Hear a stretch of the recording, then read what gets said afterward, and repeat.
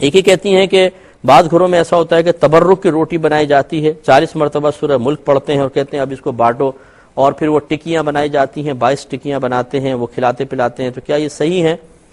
دیکھیے ایصال ثواب تو بالکل جائز ہے. اگر کوئی بالفرض رجب میں امام جعفر صادق رضی اللہ تعالی عنہ کے ایصال ثواب کے لیے کچھ کھانا وغیرہ پکا کر کھلانا چاہتا ہے، کوئی اس کو منع نہیں کر سکتا، یہ بالکل جائز ہے.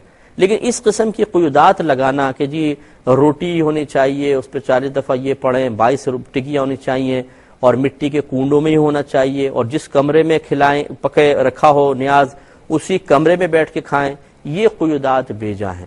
یہ اس کی شریعت ان پابندیوں کی اجازت نہیں دیتی ہے. اس سے پھر اصل شریعت کہیں اور چلی جاتی ہے، اور یہ چیزیں اتنی رائج ہو جاتی ہیں رسم و رواج کہ ہماری آنے والی نسلیں سمجھتی ہیں کہ شاید یہ بھی قرآن و حدیث کا ہی حکم ہے کہ ایسا کیا جائے، اور یہ مناسب نہیں ہے. تو ایصال ثواب کرنے میں حرج نہیں، لیکن اس قسم کی قیودات کا لحاظ کرنا اور اس کی پابندی کرنا اور اس کو لازم و ضروری سمجھنا یہ ضرور قابل توجہ ہے. ان چیزوں کو ختم کرنا چاہیے.